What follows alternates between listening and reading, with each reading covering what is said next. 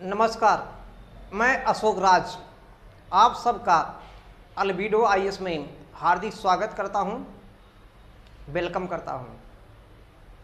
यदि हमारे YouTube channel पर आप नए हैं तो चैनल को सब्सक्राइब कर लीजिए, लाइक करिए और सभी मित्रों को शेयर करिए। शेयर इसलिए करना है कि मेरा प्रयास हिंदी मीडियम से गिरते हुए स्तर को ऊंचा उठाना और यहाँ तक ऊंचा उठाना कि 50% हिंदी मीडियम का अंतिम रिजल्ट, प्री का मतलब नहीं, मेंस का मतलब नहीं, मतलब अंतिम सिलेक्शन। और अंतिम सिलेक्शन तभी अच्छा होगा जब आप मेंस प्री निकालेंगे और मेंस बढ़िया स्कोरिंग करेंगे। मेरा ये लक्ष्य है, परम लक्ष्य है, अंतिम लक्ष्य है हिंदी मीडियम से 50% इंग्लिश मीडियम को मात देना और हिंदी मीडियम से 50% इंग्लिश मीडियम के दबदबे को, जो र्यूमर बना हुआ है, इसको मिटाना है।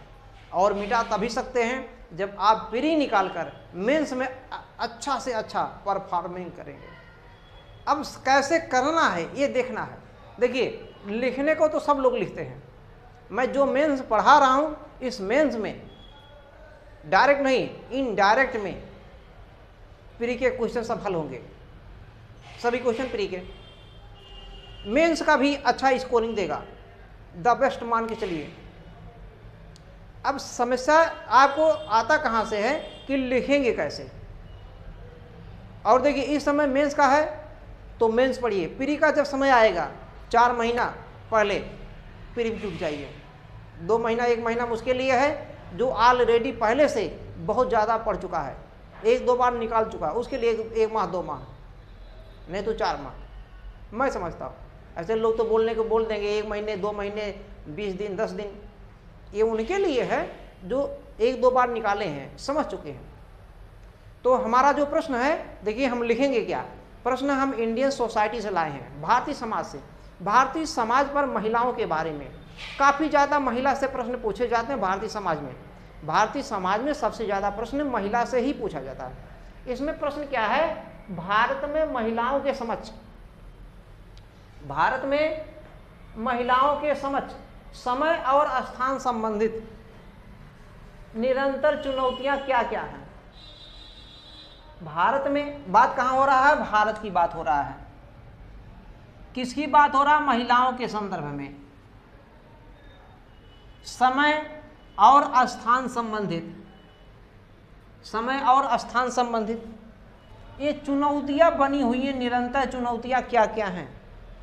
मणिपुर के घटना का भी उल्लेख करना। मणिपुर की घटना को आप कैसे देखते हैं, किस नजरिए से देखते हैं मणिपुर की घटना को।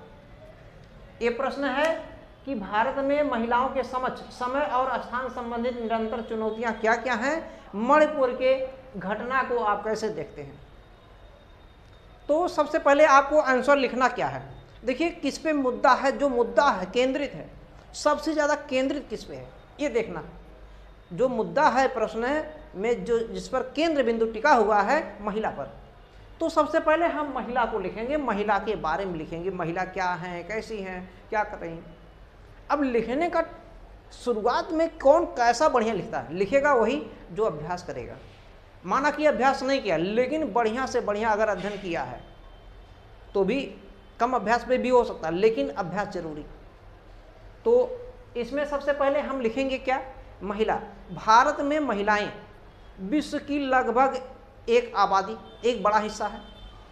और उसे विश्व में जनसंख्या भारत का दूसरे स्थान पर है, चीन के बाद दूसरे स्थान पे। पूरी की पूरी जनसंख्या की बात हो रही है। 2011 की अगर बात करें, 2011 में 48.5% महिलाएं हैं जनगणना के अनुसार। इसका मतलब लगभग आधा हिस्सा, जितनी ओवरऑल जनसंख्या है उसका आधा हिस्सा महिला की है।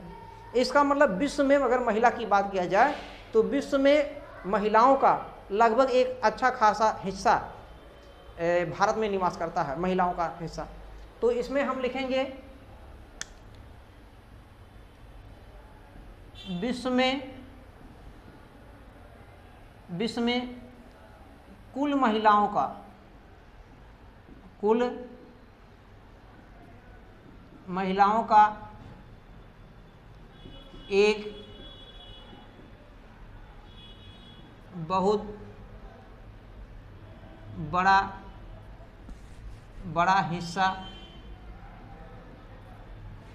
विश्व में कुल महिलाओं का एक बहुत बड़ा हिस्सा भारत में निवास करता है। भारत में निवास करता है। भारत विश्व में कुल महिलाओं का एक बहुत बड़ा हिस्सा भारत में निवास करता है या निवास करती है। यहाँ पे कर्ता कर्ती वाली बात नहीं है, निवास करता है ज़्यादा सही रहेगा, या निवास करती है लिख सकते हैं, कोई दिक्कत नहीं। एक बहुत बड़ा हिस्सा महिलाओं का एक बहुत बड़ा हिस्सा भारत में निवास करती है। यहाँ तक क्लियर हो गया। अब ये जो महिलाएं भारत में हैं, अब यहाँ पे और लिख सकते हैं 2011 की जनगणना के अनुसार 2011 की जनगणना के अनुसार 48.5% 48.5% महिला हैं।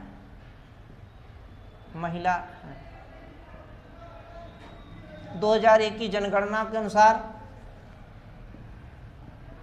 भारत में महिलाओं की संख्या 48.5% है।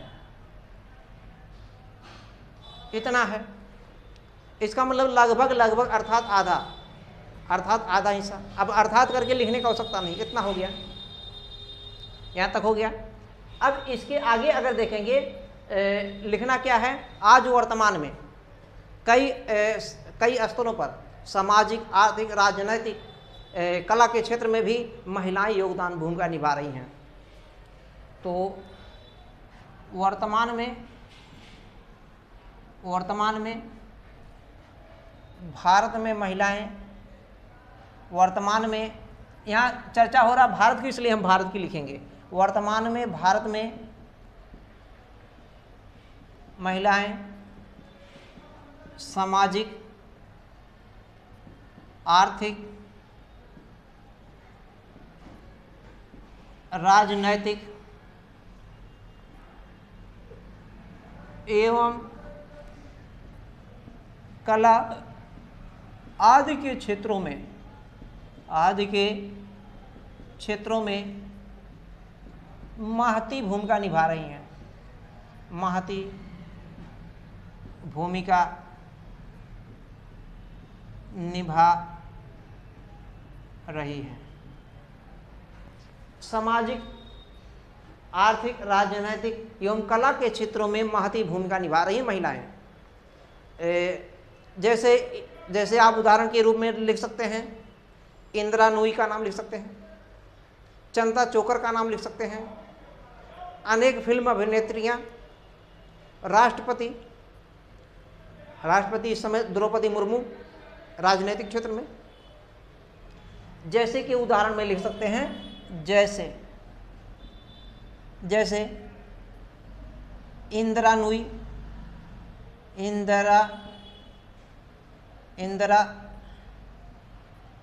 नूई, चंदा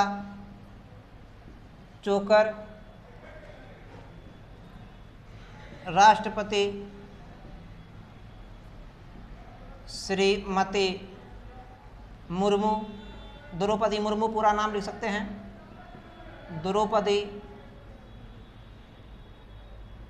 मुर्मू, अनेक IAS, IPS, ऐसे अनेक लोग हैं, अनेक अभिनेत्रियां,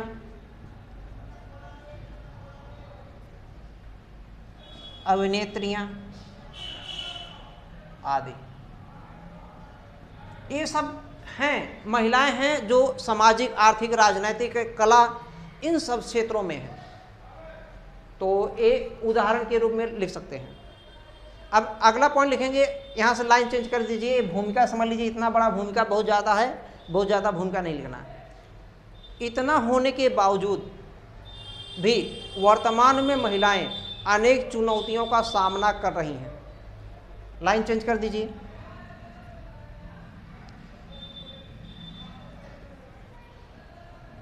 इतना अधिक विकास होने के बावजूद भी इतना अधिक विकास होने के बावजूद भी वर्तमान में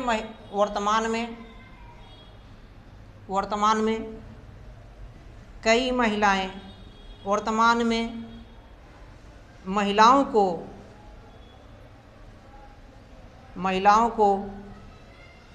अनेक चुनौतियों का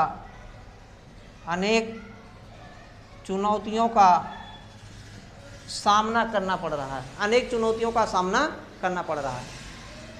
इतना होने के बावजूद भी महिलाओं को, लिख देंगे, इतना अधिक विकास होने के बावजूद भी, इतना अधिक क्षेत्रों में आने के बावजूद भी महिलाओं को अनेक चुनौतियों का सामना करना पड़ रहा है। अब अनेक चुनौतियां जो सामना कर रही हैं, उसके पीछे मुख्य कारण क्या है? सबसे मुख्य कारण की अगर बात करें, भारत में पितृसत्तात्मक इसके लिए मुख्य रूप से जिम्मेदार है। यहाँ तक हो गया भैया, समझ में आ गया? आप इसको नोट कर लीजिए, उसके आगे हम पढ़ते हैं। नोट कीजिए, तब आगे बढ़ते हैं। ठीक है, ओके, नोट किया क्या? ठीक।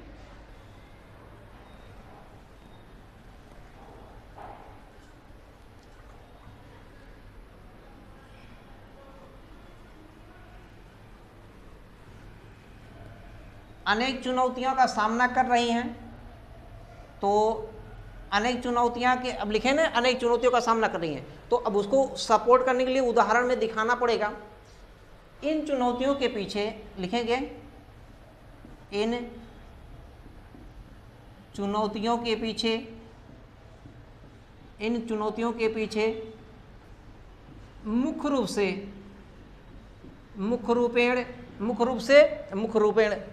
मुख्य रूपेण भारत में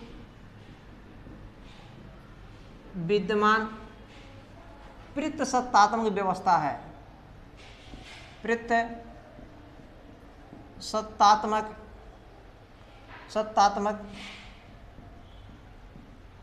व्यवस्था है, यानी कि इन चुनौतियों के पीछे मुख्य रूप से क्या जिम्मेदार है? पितृसत्तात्मक व्यवस्था है। यह भारतीय समाज में ही प्रचलित है। कहाँ पर प्रचलित है? भारतीय समाज में ही प्रचलित है। महिलाओं के प्रति भेदभाव हो रहा है, तो लिखेंगे पितृसत्तात्मक प्रचलित है, जो भारत में प्रचलित है,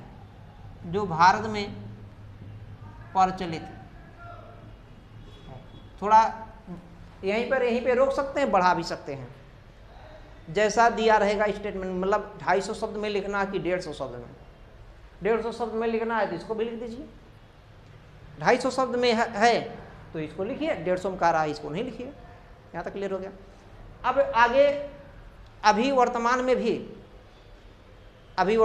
भी महिलाओं के सामने अनेक रूढ़वादी परंपरा जकड़े हुए हैं, तो लिख सकते हैं, वर्तमान में महिलाओं में अनेक रूढ़वादी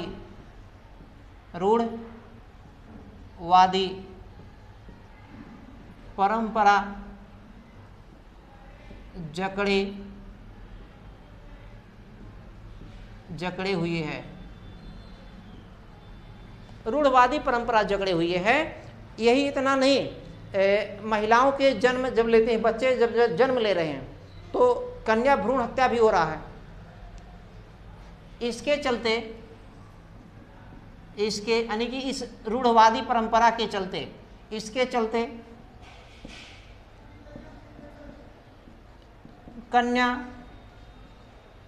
कन्या भ्रूण हत्या के मामले सामने आ रहे हैं, सामने आते हैं,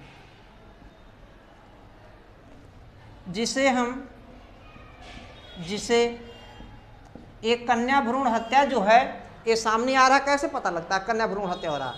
तो जिसे हम जनगणना 2011 के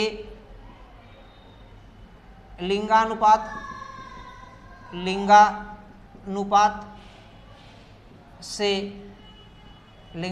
से देख सकते हैं। जनगणना से देख सकते हैं, जनगणना 2011 के अनुसार लिंगानुपात से देख सकते हैं। देखिए, जो अंडरलाइन करना, बहुत ज़्यादा अंडरलाइन नहीं करना है, कुछ पूरे आंसर में 5, 6, 7 जगह, 8 जगह हम बहुत ज़्यादा कर सकते हैं, ज़्यादा नहीं करना है। तो जनगणना के नीचे करने का हो सकता नहीं, लिंगानुपात कर सकते हैं, से देख सकते हैं। जैसे में क्या लिख सकते हैं? शिशु लिंगानुपात, शिशु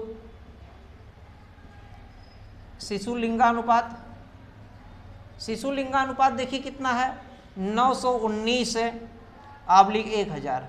इसका मतलब 1000 पुरुष, अगर 1000 बच्चे हैं, बॉयज हैं, तो 919 लिंगानुपात। जबकि राष्ट्रीय लिंगानुपात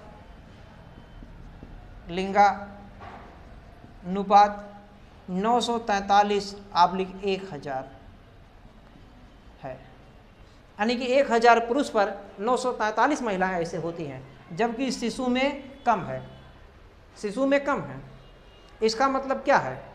इसका मतलब कन्या भ्रूण हत्याएं हो रही हैं, तभी तो यहाँ पे कम है, फिर आगे बढ़ रहा, कैसे आगे बढ़ेगा?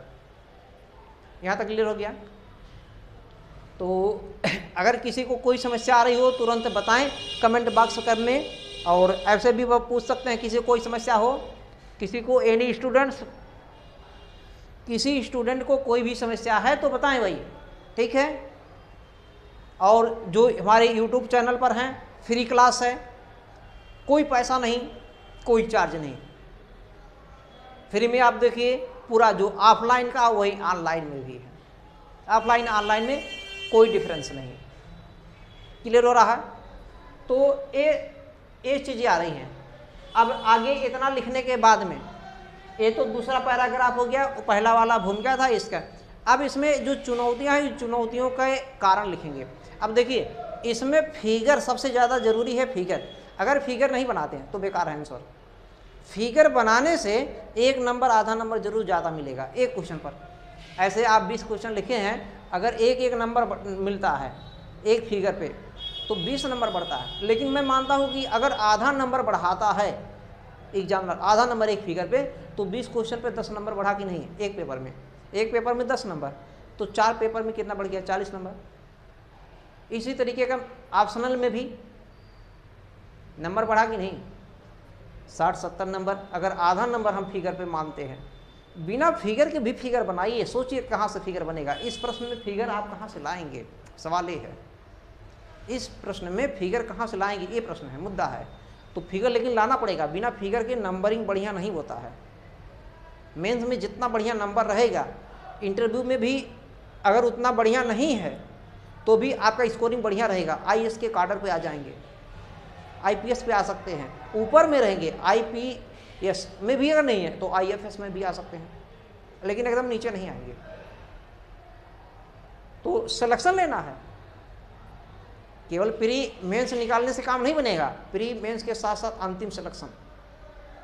हिंदी मीडियम सजग हो जाओ, मेरे साथ जुड़ो, यूट्यूब चैनल को सब्सक्राइब करो, देखते रहो यूट्यूब चैनल। यहाँ तक भैया हो गया। अब आगे हम क्या लिखेंगे, इसको हटा दिया जाए, नोट कर लीजिए, हटा लेते हैं, ठीक।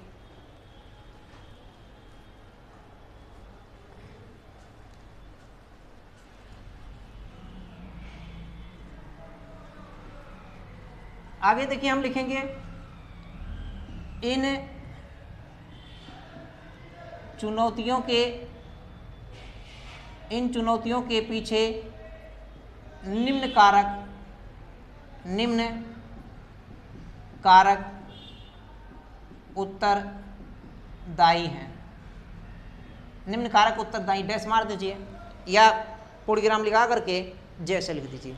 निम्न कारक उत्तरदायी हैं, पॉइंट में लिख सकते हैं, पॉइंट में। तो पॉइंट में क्या लिखेंगे, जैसे देखिए हमारे यहाँ जो महिलाओं के सामने समय स्थान को देख करके अनेक चुनौतियाँ हैं, उन चुनौतियों के पीछे क्या कारण है।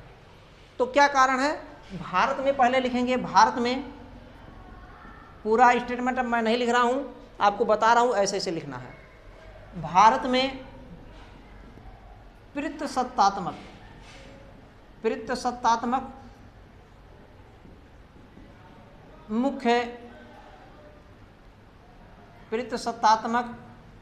मुख्य रूप से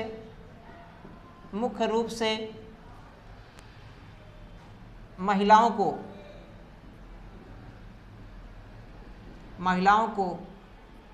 कमजोर बना दिया है।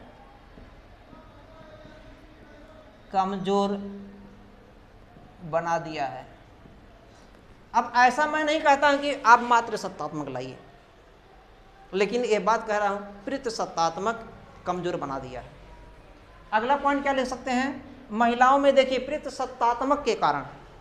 पितृसत्तात्मक व्यवस्था के कारण जिनके घर में ज़्यादा से ज़्यादा, अभी भी ये अवधारणा बना हुआ है, तो जो बच्चा होता है बॉयज, उसके खान पान में, रहन सहन में, शिक्षा में लोग ज़्यादा ध्यान देते हैं। जो बच्ची है कन्या के रूप में जन्म लेके आई है, लक्ष्मी के रूप में घर में गृह लक्ष्मी के रूप में आई है, घर में लक्ष्मी के रूप में आई, फिर भी उसको जो है लोग उतना ध्यान नहीं देते। हमारे बगल की एक घटना है, एक आदमी के एक ही लड़का है, एक ही लड़की है, वो आदमी अमीर भी है, कई जगह उसके घर है, लड़के को इंग्लिश मीडियम में पढ़ाता है बढ़िया स्कूल में, लेकिन लड़की को वहीं गांव के पास में एक छोटे से हिंदी मीडियम में पढ़ाता है। लिंग भेद कर रहा कि नहीं वो आदमी, इसमें मैं कुछ नहीं कर सकता। आप कर सकते हैं क्या? यदि आप कर सकते हैं कुछ तो कमेंट बॉक्स में बताएं। सरकार उसके लिए क्या कर सकती है? ऐसा नहीं कि वो गरीब है, अमीर है, एक को इंग्लिश मीडियम पढ़ा सकते हैं तो दूसरे लड़की को क्यों नहीं? लड़के से कोई काम नहीं करवाता, लड़की से काम करवाता है, खेती बाड़ी का सब काम, जबकि लड़की छोटी उम्र में है, लड़का बड़ा उम्र में है। इसके बावजूद भी क्या असर है? पितृसत्तात्मक। चूंकि उनके घर वाले बोलते हैं लड़की को पढ़ा लिखा करके बाहर चली जाएगी, अपने घर पे चली जाएगी, शादी विवाह हो जाएगा, ये मानसिकता है। इस मानसिकता को, जो पुरुषवादी मानसिकता है, पुरुष में तो है ही, महिलाओं में भी पुरुषवादी मानसिकता है, इसको दूर करना पड़ेगा। तो इसके कारण महिलाओं में कुपोषण और शिक्षा में कमी, इसी के कारण महिलाओं में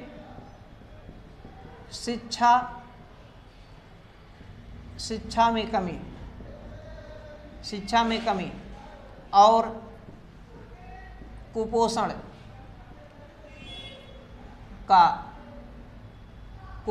की मात्रा अधिक, कुपोषण की अधिकता। एक तो देखिए शिक्षा में कमी है और दूसरा कुपोषण में क्या है? अधिकता, यानी कुपोषण ज़्यादा है। इससे महिला जो है, महिला अपने को कमज़ोर समझ रही है, महिला के सामने ये भी चुनौती है, शिक्षा कम और कुपोषण ज़्यादा।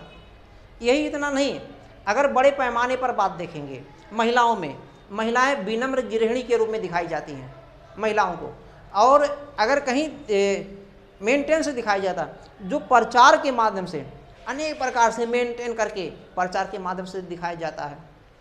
और ज़्यादा से ज़्यादा बहुत से देखेंगे miss India, miss universe, miss world के रूप में महिलाएं ही तो आती हैं। कहीं मिस के स्थान पर मिस पुरुष के लिए तो है ही नहीं है, जो कुंवारा है उसके लिए कहीं है, सब कुछ दिखता है।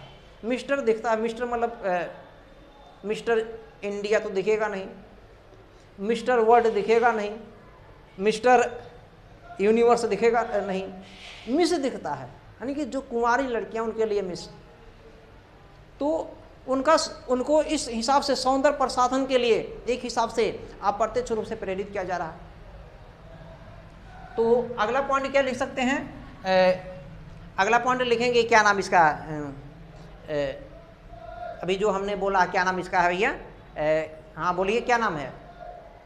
अरे आप ही से पूछ रहा हूँ मैं, ठीक बताइए, आप ही बताइए ना क्या है जो अभी हमने बताया है कि महिलाओं को या तो विनम्र गृहिणी के रूप में, महिलाओं को या तो विनम्र गृहिणी के रूप में, महिलाओं को या तो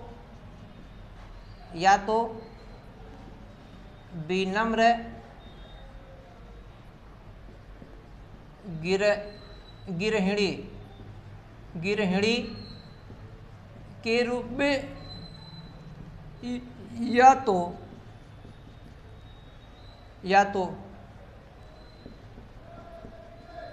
या तो सौंदर्य के प्रचार के रूप में,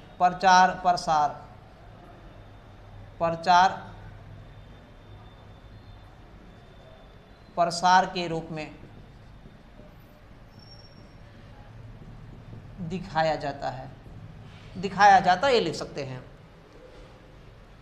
कार्यस्थल पर अगर कहीं महिलाएं कार्यस्थल पर हैं, कार्यस्थल पर इनका यौन शोषण हो रहा है, ठीक है, कार्यस्थल पर क्या हो रहा है? इनका यौन शोषण।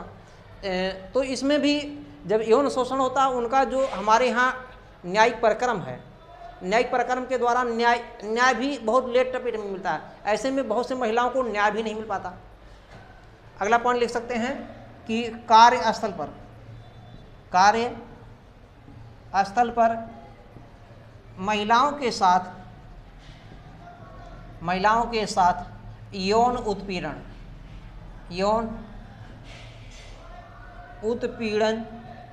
की घटना और इसके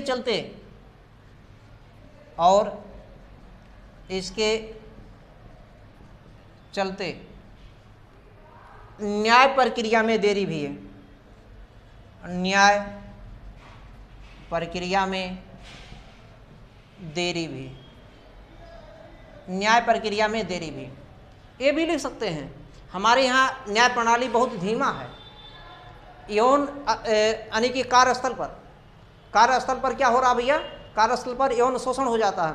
ऐसे में महिला कभी जब जाती भी है, पहले तो जाता भी नहीं, और जब जाती भी है तो ऐसे में न्याय समय पर नहीं मिल पाता, और किसी को समय भी नहीं मिल पाता, मतलब न्याय भी नहीं मिल पाता। ये सब समस्याएं हैं। और इसके साथ में अगर देखेंगे कि भारत में अनेक प्रकार की महिलाएं, देखिए संसद में भी हैं, राज्य विधानमंडल में लगभग संसद में 12% महिलाएं हैं, राज्य विधानमंडल में 10% से भी कम है। तो महिलाओं का स्तर कम है। हालांकि वर्तमान सरकार, भारत सरकार इस दिशा में महिला सशक्तिकरण में एक कदम उठा रही है कुछ करने के लिए, लेकिन अभी भी सुधार नहीं। इसके साथ में अगर हम बात करते हैं, महिलाएं कुपोषण के साथ साथ जो महिलाएं हैं घर का ही कार्य तो करती हैं, बच्चों का देख रेख, बड़े बुजुर्गों का देख रेख, अवैतनिक कार्य, यानी कि अवैतनिक कार्य मतलब ऐसे कार्य करते हैं जिसमें कोई वेतन वतन नहीं मिलता। कुछ वेतन मिलता नहीं, घरेलू के बहुत से कार्य ऐसे करते हैं जिनको कोई वेतन नहीं, अर्थात अवैतनिक कार्य करते हैं। इसको हटा दिया जाए, नोट कर लीजिए, इसको तो हटा देते हैं, नोट कर लीजिए भैया, ठीक, ओके।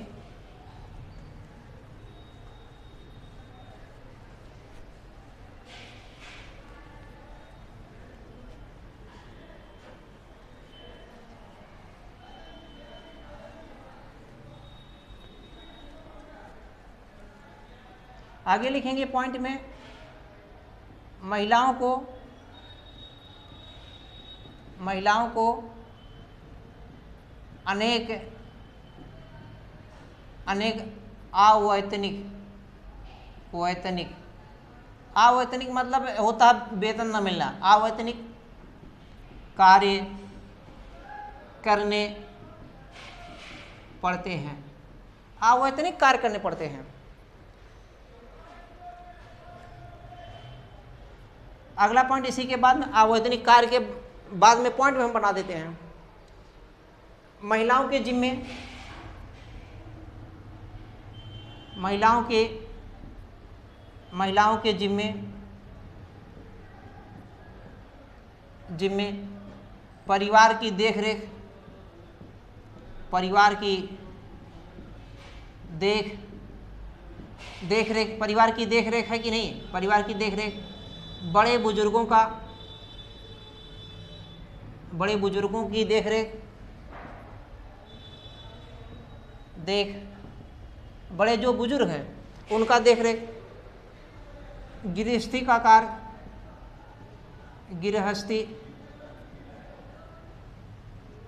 कार्य, बहुत से गृहस्थी के कार्य भी महिला ही करती हैं, जिसमें वेतन नहीं मिलता, घर का ही काम खुद है। जो पशुपालन काम है वो भी ज़्यादातर महिला ही देखती हैं। तो गृहस्थी के कार्य आदि करने पड़ते हैं, अनेक कार्य गृहस्थी के कार्य करने पड़ते हैं। देखिए, महिलाओं को अनेक आवैतनिक कार्य करने पड़ते हैं। उस आवैतनिक कार्य में महिलाओं के जिम्मे परिवार की देखरेख, बड़े बुजुर्गों का कार्य, गृहस्थी का कार्य, बच्चों का देखरेख, यहाँ लिख सकते हैं बड़े बुजुर्गों के साथ, यहीं पे लिख सकते हैं गृहस्थी का कार्य, यहीं पे लिख सकते हैं बच्चों की देखरेख,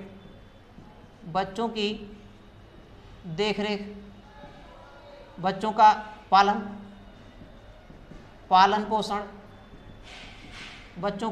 पोषण, यहीं पे लिख दीजिएगा, आदि कार्य करने पड़ते हैं, जिसके लिए कोई चार्ज नहीं, कोई पैसा नहीं मिलता, कोई वेतन नहीं मिलता। शिक्षा में एक तो कमी देखा गया, शिक्षा इनके पास कमी है, अगर नहीं लिखे थे तो यहाँ लिख दीजिएगा, शिक्षा में कमी है, शिक्षा में कमी की जाती है इनके साथ शिक्षा में कमी किया जाता है, शिक्षा कम दिया जा रहा है। लेकिन वर्तमान में शिक्षा देने के, वर्तमान में शिक्षा में वृद्धि है ना, ये सब कई कार्य करने के बावजूद भी अभी भी अनेक चुनौतियां बनी हुई हैं। इतना हो गया, ये तो अभी कमी लिख रहे हैं, आगे लिखेंगे। देखिए, महिलाओं को ज़्यादातर पिंक कॉलर नौकरियां ही कराया जाता है, और वही करती भी हैं, पुरुषवादी मानसिकता से ग्रसित हैं। पुरुष ही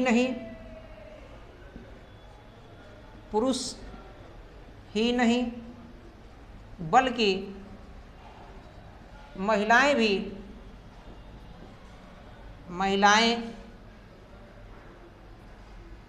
महिलाएं भी पुरुषवादी मानसिकता से ग्रसित हैं। यानी कि पुरुष तो है ही है, लेकिन महिलाएं भी पुरुषवादी मानसिकता से, और महिलाओं के जो भ्रूण कन्या हत्या हो रहा था उसमें महिला का भी भूमिका है, पुरुष के साथ साथ महिला की उसके लिए खुद भी जिम्मेदार है। यहाँ तक हो गया। और महिलाएं जो है पिंक कॉलर नौकरियां करना चाहती हैं। महिलाओं के लिए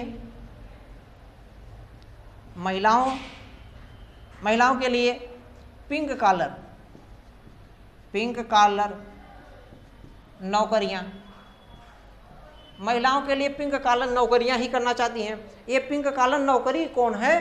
पिंक कॉलर नौकरी में आगे लिख सकते हैं जैसे रिसेप्शनिस्ट,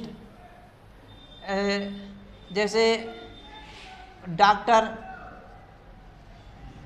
शिक्षिका यानी कि शिक्षिका डॉक्टर है, शिक्षिका हैं, नर्स है, आया है ना, डॉक्टर, इंजीनियर, नर्स, आया, इस प्रकार के रिसेप्शनिस्ट सारों में देखेंगे रिसेप्शन पर जो है ज़्यादा से ज़्यादा लड़कियां ही यानी कि महिलाएं ही बैठी रहती हैं।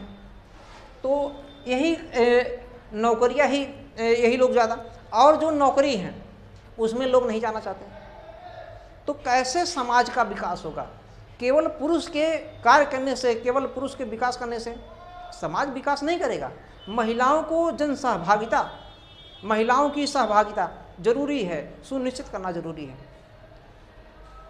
इस आज के समय में कई महिलाएं, ये सब लिख देना, महिलाओं की सहभागिता सुनिश्चित होना चाहिए। कई महिलाओं को अपने कार्य छोड़ने पड़ते हैं पुरुषवादी मानसिकता के कारण। अनेक रूढ़वादी परंपरा के कारण महिलाओं को कई नौकरियां छोड़ने पड़ते हैं, छोटी मोटी नौकरियां छोड़ देते हैं। जो बहुत अमीर घर की महिलाएं हैं वो भी छोटे मोटे सरकारी नौकरियां, गवर्नमेंट नौकरियां, ऐसे प्राइवेट जॉब जो छोड़ने पड़ते हैं। कार्य इतना है, घर गृहस्थी के कार्य में देख ही रहे, खाना बनाना होता, भोजन बनाना, पकाना, बर्तन साफ करना, कपड़े धुलना, बहुत से कार्य हैं, ज़्यादा से ज़्यादा सब महिलाएं तो ही करती हैं। यहाँ तक इसको लिख सकते हैं। इतना हो गया। अब इसको हम हटा देते हैं, आगे बढ़ते हैं।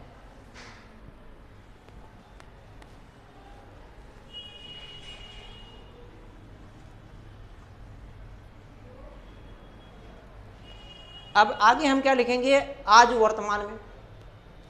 अब देखिए आज और वर्तमान में दोनों नहीं लिखेंगे, केवल लिखेंगे वर्तमान में। वर्तमान में महिलाओं में शिक्षा का स्तर बढ़ रहा है, शिक्षा का स्तर, बढ़ते स्तर, शिक्षा का बढ़ते स्तर। और स्तर क्या है, शिक्षा का स्तर बढ़ रहा है, शिक्षा का बढ़ते स्तर और प्रजनन में कमी, प्रजनन में कमी के बावजूद भी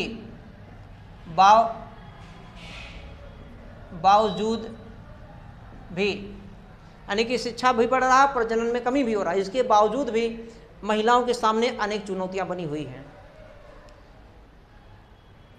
बावजूद भी महिलाओं के सामने अनेक चुनौतियां बनी हुई हैं। महिलाओं के सामने आज भी चुनौतियां बनी हुई हैं। इतना इसका ताजा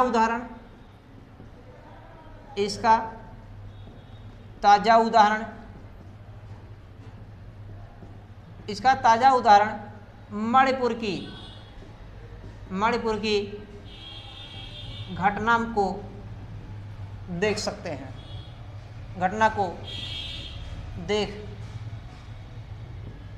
हैं, जिसके पीछे कई कारण हैं।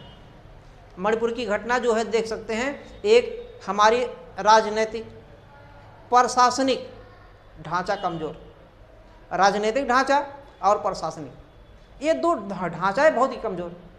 दूसरी चीज कुछ आर्थिक भी स्थितियां, धार्मिक उतना नहीं, सबसे ज़्यादा राजनीतिक, दूसरे नंबर पे प्रशासनिक। अगर राजनीतिक और प्रशासनिक चीज़ें सुधर जाएं भारत से तो सब लगभग सुधर जाएगा। आज का भारत है 2023 का, 24 आने वाला है। आज का भारत विश्व में फेमस बहुत हो रहा है, हर एक में, सामाजिक में, आर्थिक में, राजनीतिक में, कई चीज़ों में। आज हम कई बुलंदियों को छू चुके हैं, चंद्रयान 3 छोड़ चुके हैं, मंगलयान इसके पहले छोड़ चुके हैं, अनेक टेक्नोलॉजी छोड़ चुके हैं। तो भारत प्राचीन से काल से लेकर आज तक महान विभूतियों का केंद्र रहा। आर्यभट्ट जैसे लोग यहीं पे हुए हैं, वरामिहिर, धनवंतर, पतंजल जैसे यहीं पे हुए हैं। बहुत से लोग, आज की महिला राष्ट्रपति द्रौपदी मुर्मू एक संथाल जनजाति से भारत की राष्ट्रपति हैं। ये महिला सशक्तिकरण की देन है। इसके बावजूद भी ये घटना दिखा रहा है। इस घटना के पीछे क्या कारण है? इस घटना के पीछे कुछ राजनीतिक और सामाजिक, राजनीतिक, प्रशासनिक और सामाजिक कारण हैं। इनको, कानून को सशक्ति से लागू किए जाने की आवश्यकता है, सशक्त तरीके से लागू किए जाने की आवश्यकता है। जो प्रशासनिक है वहाँ के डीएम, एसपी मुख्य रूप से जिम्मेदार, वहाँ के मुख्यमंत्री भी जिम्मेदार। मुख्यमंत्री मैं मानता हूँ नीति शास्त्र नहीं पढ़ के गया है, हो सकता है अंगूठा टेक हो मुख्यमंत्री, लेकिन जो वहाँ का आईएएस है, जो आईपीएस है, नीति शास्त्र पढ़ के गया है। अगर 2013 के बाद में सेलेक्ट हुआ तो, उसके पहले सेलेक्ट हुआ तो नीति शास्त्र नहीं पढ़ा। नीति शास्त्र ही हमें सिखाता है कि क्या करना है क्या नहीं। और वहाँ में हर जगह जनता में जो महिलाओं के प्रति इस प्रकार का भेदभाव है, महिलाओं में जन जागरूकता फैलाने की आवश्यकता है। जो हमने कमियां दिखाया, इन कमियों को दूर करने की आवश्यकता है। पहले नंबर पे जो रूढ़वादी परंपरा है, रूढ़वादी सोच है, उस रूढ़वादी सोच को हमको हटाना होगा। शिक्षा का प्रसार करना होगा और व्यापक स्तर पे। शिक्षा का मतलब ये नहीं केवल होता कि आप पढ़ लीजिए, केवल आप डिग्री ले लीजिए BA MA की। आज के समय तो इस बात को सरकार भी जानते हैं, प्रशासनिक अधिकारी भी जानते हैं, बच्चे जानते हैं, शिक्षा एक हिसाब से बिक रहा है। विद्यालय में आप नहीं जाइए तो भी आप पढ़ करके जाके विद्यालय में परीक्षा दे जाइए, पास कर जाएंगे। फर्स्ट नहीं होंगे, सेकंड नहीं होंगे, थर्ड तो होंगे, आपके पास की डिग्री हो गई BA की। लेकिन पढ़ने का मतलब आपके अंदर कुछ देश के प्रति करने की हो, जुनून हो देश के प्रति। देश के प्रति आप क्या कर रहे हैं, ऐसा कार्य करिए विदेशों में हमारी छवि ऊंचा उठे, धूमिल ना पड़े, ऊंचा उठे। ऐसे देशभक्ति के लिए एक बार तेज से बोले भारत माता की जय, जय हिंद। तो हम वापस आते हैं, ये मणिपुर पे समझ में आ गया। मणिपुर की घटना को हम किस नजरिए से देखते हैं, बहुत ज़्यादा इस पर नहीं लिखना है, विवाद में फंसना नहीं है। ध्यान दीजिए कि हम इसको क्या बताते हैं, इसको प्रशासनिक, राजनीतिक और सामाजिक स्थितियां हैं, उसके पीछे जिम्मेदार हैं। ये मुख्यमंत्री से ज़्यादा कहीं जिम्मेदार जो है वहाँ का DMSP है, चूँकि तत्काल स्थितियों को देखने वाला वहाँ का DMSP है। मुख्यमंत्री तो एक जगह बैठा रहेगा ना, हर जगह तो थोड़े पता पाएगा। जब तक उसके पास कोई वीडियो, कोई चीज़, सूचनाएं वायरल नहीं होगी तब तक कैसे पता पाएगा। उसके लिए पुलिस, वहाँ की पुलिस क्या कर रही थी, उस क्षेत्र में पुलिस प्रशासन क्या कर रहा था, उसकी भी जिम्मेदारी है। मुख्यमंत्री वहाँ पे बैठा रहेगा अपने एक केंद्र में, मुख्यालय में, बिना इनके सूचना कैसे मालूम होगा, प्रधानमंत्री को कैसे मालूम होगा। हाँ, एक्शन, जानकारी लेने पर, जानकारी होने पर एक्शन लेने की आवश्यकता है तुरंत, एडवांस। लेकिन ऐसा भी नहीं निर्दोष आदमी न मारा जाए, ये ध्यान देना भारतीय संविधान की विशेषता है। तो हम वापस आते हैं, ताज़ा उदाहरण मणिपुर की घटना को देख सकते हैं यहाँ तक। अब आगे क्या लिखेंगे, ये मतलब संसद में दूसरा पॉइंट लिख सकते हैं, संसद में महिला की हिस्सेदारी, महिलाओं की हिस्सेदारी कितना, लगभग मान के चलिए लगभग लिख सकते हैं, लगभग 12.5% या 12% लिख सकते हैं। संसद में महिलाओं की हिस्सेदारी लगभग 12.5%, अलग अलग डाटाओं में अलग अलग मिलेगा तो लगभग लिख सकते हैं। जबकि राज्य की विधानसभाओं में महिला की हिस्सेदारी लगभग 10% से भी कम है, लगभग 10% से भी कम है, 10% से भी कम है महिला की हिस्सेदारी यहाँ पर। इतना शिक्षा होने के बावजूद भी, इतना शिक्षा, आज के समय शिक्षा का स्तर बढ़ रहा है, एक से एक अधिकारी। 2023 में अगर देखेंगे, लिख सकते हैं 2022 के यूपीएससी IAS या CSE लिख सकते हैं की परीक्षा में टॉप की परीक्षा में टॉप 5 में, यानी कि टॉप 5 में ही बात हो रहा है, टॉप 10 की बात हो रही है, टॉप 5 में प्रथम 4 महिलाएं हैं। टॉप 5 में प्रथम 4 महिलाएं ही हैं। प्रथम टॉप 4 महिलाएं हैं कि नहीं, जिसमें इशिता किशोर पहले नंबर पे आई हैं, तो भी तो महिलाएं हैं। प्रथम, पहला, दूसरा, तीसरा, चौथा महिला ही है, यानी कि लड़की मानी महिला। तो यहाँ तक समझ में आ गया कि नहीं। यही इतना नहीं, सशक्तिकरण के लिए भारत सरकार ने 73वां संविधान संशोधन लाया, 73वां 73 अमेंडमेंट, कॉन्स्टिट्यूशन अमेंडमेंट, 73वां संविधान संशोधन अधिनियम एक्ट लाया। तो इसको हटा दिया जाए, लिख लिए हैं, हटा देते हैं, ओके, हटा दिया जाए, ठीक।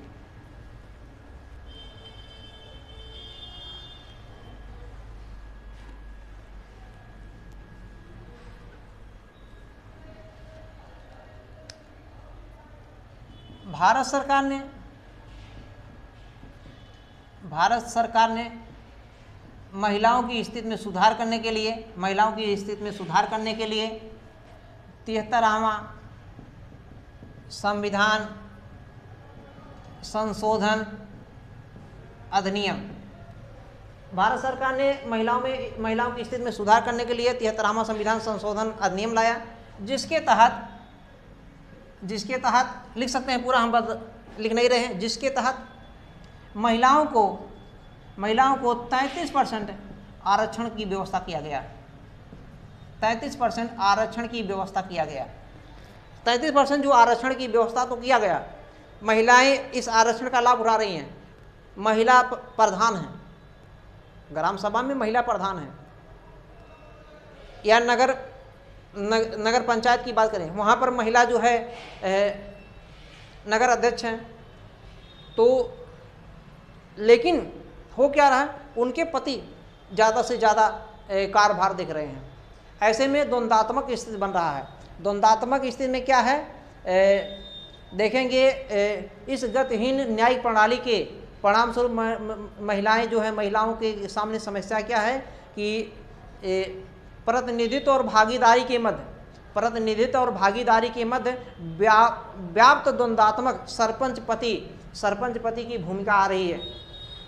यानी कि जो भागीदारी है और मतलब एक भागीदारी है, एक जो है मतलब एक इस पद पर है, प्रधान के पद पर महिला, और उसका जो पति है, पति मुख्य भूमिका निभा रहा है, इसको कहते हैं सरपंच पति। इतना आरक्षण देने के बावजूद भी महिलाओं में के साथ क्या हो रहा है, सरपंच पति की भूमिका देखी जा रही है।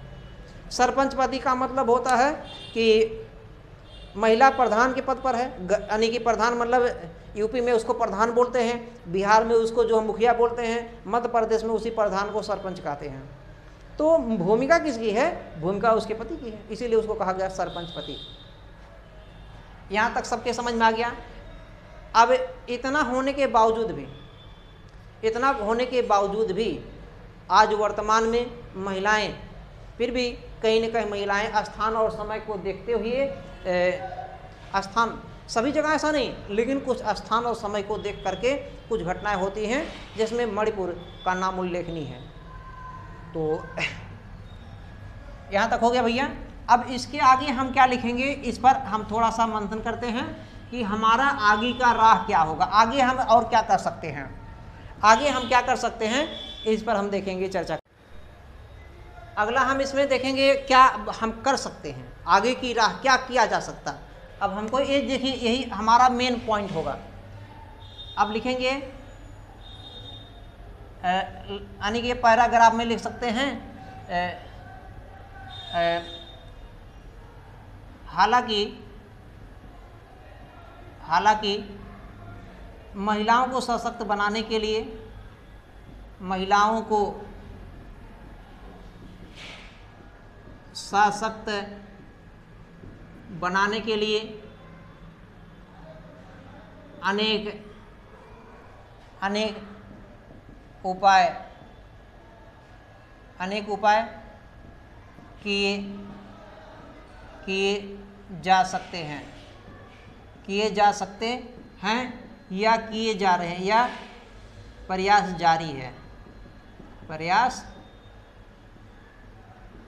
जारी है, ऐसा लिख सकते हैं। जैसे यानी कि हालांकि महिलाओं को सशक्त बनाने के लिए अनेक उपाय किए जा सकते हैं या प्रयास जारी हैं, प्रयास कुछ जारी भी हैं। जैसे जो भी कानून बना है, उन कानूनों को और सशक्त तरीके से लागू करने की आवश्यकता है। तो पॉइंट में लिख सकते हैं, फिर पॉइंट में जो भी कानून लागू है, जो भी कानून लागू है, उसे और सशक्त से और सख्ती के साथ सख्ती और सशक्त तरीके से लागू करने की आवश्यकता है, लागू करने की आवश्यकता है। लिख ले जाएंगे, जो भी कानून लागू है उसे और सशक्त तरीके से या और शक्ति के साथ उसे लागू करने की, क्रियान्वयन करने की आवश्यकता है, पहला पॉइंट। दूसरा पॉइंट क्या करेंगे, जो स्वयं सहायता समूह है, स्वयं सहायता समूह के माध्यम से महिलाओं को सशक्त बनाया जा सकता है, बनाने की आवश्यकता है, या बनाया जा रहा है, ये तो बनाया जा रहा है। स्वयं सहायता समूह के माध्यम से महिलाओं को सशक्त बनाया जा रहा है। स्वयं सहायता समूह के माध्यम, ऐसे नहीं कीजिएगा, आप पूरा लिखिएगा। स्वयं सहायता समूह के माध्यम से महिलाओं को और सशक्त बनाया जा रहा है। मैं इतना समय इसलिए लग रहा समझा रहा हूँ कैसे लिखेंगे, एक बार इसको देख लेंगे वीडियो, दोबारा नहीं भूलेगा। इतना बता रहा हूँ ना, इतने में से इतना तो लिखना है, इतना तो याद ही रहेगा ना। और सशक्त बनाने की आवश्यकता है। और क्या करेंगे, अधिक से अधिक महिलाओं को ऊंचे ऊंचे पदों पर लाने की आवश्यकता है। अधिक महिलाओं को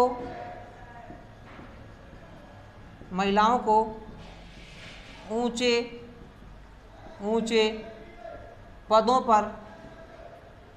पदों पर नियुक्त किया जाए, यानी कि इनके लिए कुछ रियायत भी दें, छूट भी दें, और इनको जन जागरूकता फैलाएं कि आप IAS IPS या प्रिंसिपल या अनेक इंजीनियर, अनेक पदों पर, हर क्षेत्र में, एक ही क्षेत्र में नहीं, केवल पिंक कॉलर नौकरी से ही काम नहीं चलेगा, हर क्षेत्र में इनको जाने की आवश्यकता है। जो रूढ़वादी विचार है, उस रूढ़वादी विचार को तोड़ना है, यही तोड़ सकते हैं महिलाएं जाकर के। भाई किरण बेदी जैसी महिला ने रूढ़वादी परंपरा को तोड़ा कि नहीं, यहाँ लिख सकते हैं किरण बेदी जैसी महिला, लिख सकते हैं किरण बेदी को।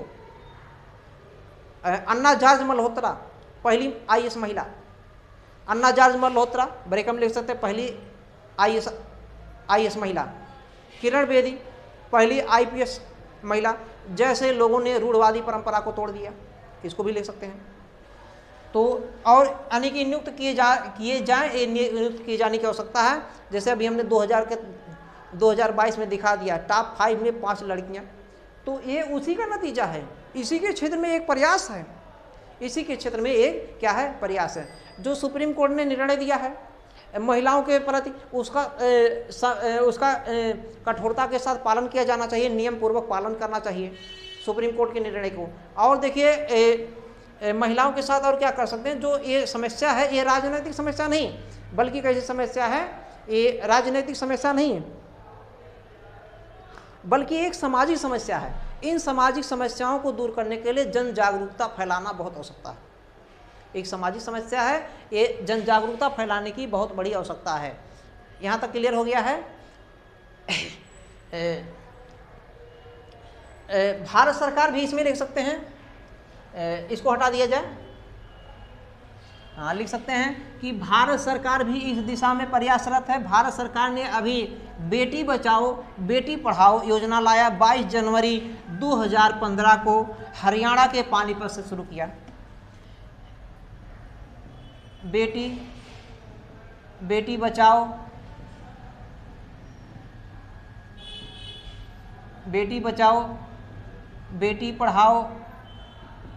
बेटी पढ़ाओ इस योजना को लिख दीजिए। भारत सरकार ने 22 जनवरी 2015 को हरियाणा के पानीपत से बेटी बचाओ बेटी पढ़ाओ नामक योजना को शुरुआत करके महिला सशक्तिकरण की दिशा में एक नया कदम उठाया। सुकन्या समृद्धि योजना के तहत, प्रधानमंत्री उज्ज्वला योजना के तहत महिलाओं की सशक्ति भूमिका निभाई, ये लिख सकते हैं प्रधानमंत्री। इसके साथ में फिल्म पैडमैन और क्या नाम है, टॉयलेट एक प्रेम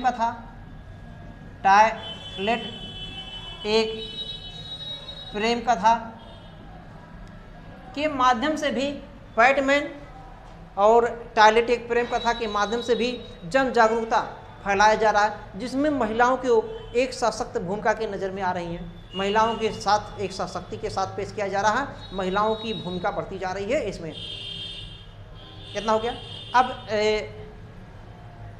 नीचे लिखिए, नीचे क्या लिखिए, मणिपुर की हुई घटना को मणिपुर की हुई घटना को न्यायिक स्तर पर न्याय दिलाने की आवश्यकता है, सशक्त दोषियों को पकड़े जाने की आवश्यकता, उनको सजा देने की आवश्यकता, न्यायिक स्तर पर कार्य किए जाने की आवश्यकता है और सशक्ति के साथ नए न्यायिक तरीके से सशक्त किया जाए और साथ में पूरे भारत में जन जागरूकता को और तेजी से प्रशासनिक अधिकारी उसको फैलाएं। इतना लिखना है, बहुत ज़्यादा नहीं था, बहुत संक्षेप में ही बताया है तो बहुत ज़्यादा। और इसकी सबसे बड़ी विशेषता क्या है, देखिए भारतीय समाज में मिलेगा, ये इंडियन सोसाइटी का प्रश्न है, फर्स्ट पेपर में आता है, लेकिन इसके साथ साथ ये पूरा का पूरा यदि आपने तैयार कर लिया एस्से में, निबंध में, बहुत बढ़िया स्कोरिंग करेगा। महिला पर वैश्वीकरण का प्रभाव, भूमंडलीकरण का प्रभाव पूछा जाता, क्या सकारात्मक प्रभाव पड़ेगा, क्या नकारात्मक, हम लोगों ने क्या सीखा क्या नहीं सीखा, तो ये सब कई प्रकार से महिला पे प्रश्न है। क्लियर हो गया? तो एस्से में सबसे ज़्यादा इसकी उपयोगिता आपको देखने को मिलेगा, यहाँ पर भी एस्से में भी, और समाज में भी इसका रोल है। एक प्रशासनिक अधिकारी बनकर करेंगे क्या, देश का विकास करेंगे, सामाजिक स्तर पर विकास करना है, आर्थिक स्तर पर करना है, राजनैतिक नहीं करना है। आज के समय लोग राजनैतिक रूप से खुद जान रहे हैं, स्वयं जान रहे हैं। तो समझ में आ गया? इतना आपको लिखने के बाद में आपको बढ़िया से बढ़िया एक बार लिखिए, एक बार नहीं लिखने के बाद दोबारा लिखिए, केवल वीडियो नहीं देखिए, वीडियो देखने के साथ साथ लिखिए, इसको पहले देखिए क्या कैसे लिखना है, फिर प्रश्न लिखिए, प्रश्न के बाद में अपना मुजवानी जिसे कहते हैं आंसर लिखिए 5 मिनट से 6 मिनट के अंदर में। वीडियो को लाइक कर दीजिए, चैनल पर नए हैं सब्सक्राइब कर दीजिए और अपने मित्रों को सभी को शेयर कर दीजिए, ताकि हम हिंदी मीडियम के रिजल्ट को 50% पे ला सकें। 50%, इधर इंग्लिश मीडियम 50%, इधर हिंदी मीडियम, बराबर बराबर पढ़ला होता है ना, एक तराजू तौला जाता है, बराबर बराबर देखते हैं। आप कोई भी सामान लेते हैं, जितना इधर 1 किलो बटकरा तो 1 किलो इधर सामान लेते हैं, 5 किलो इधर लगा हो तो 2 किलो नहीं लेते हो, 7 किलो नहीं लेते हो, इधर 5 किलो तो इधर 5 किलो चाहिए। कोई भी सामान आप लेते हो, इधर सामान लेते हो 1 किलो लगा तो इधर भी 1 किलो चाहिए, 1 किलो से न ज़्यादा न कम, 1 किलो से ज़्यादा तौलेगा नहीं, और आप 1 किलो से कम लेना नहीं चाहेंगे, यानी कि बराबर बराबर का शेयरिंग हो रहा कि नहीं। तो आईएएस में आप बराबर बराबर की क्यों शेयरिंग नहीं करना चाहते हो? 3% पे 3.5 4% पे रिजल्ट लेके क्यों टिके हुए हो हिंदी मीडियम से? 3-4% रिजल्ट लेके टिके हो ना, बहुत होगा 4% होगा। कोचिंग वाला दिल्ली में मुखर्जी नगर में क्या है, सबके सब रिवर बना दिए हैं, भौकाल बना दिए हैं। 5-5 लाख लड़का पढ़ रहा है, सभी लोग जान रहे हैं, लेकिन रिजल्ट कितना है इस बात को देखना है। तो आप हमारे साथ जुड़िए, हमारे चैनल को सब जगह वीडियो को शेयर कर दीजिए, ताकि ज़्यादा से ज़्यादा लोग इसको हासिल कर सकें। हमारे लक्ष्य पर आइए, 50% लाइए। जब सब सामान आप बराबर लेते हैं, सब सामान बराबर, जितना पैसा उतना सामान, यानी कि बराबर बराबर, तो यहाँ पर क्यों नहीं, यहाँ पर 50% लाना है। मेरा लक्ष्य है, आप मेरे लक्ष्य को हासिल करने में आप मेरा सहयोग दें, और सहयोग केवल इतना करना, आप वीडियो देखिए और वीडियो को सभी लोगों को शेयर करें। धन्यवाद, नमस्कार।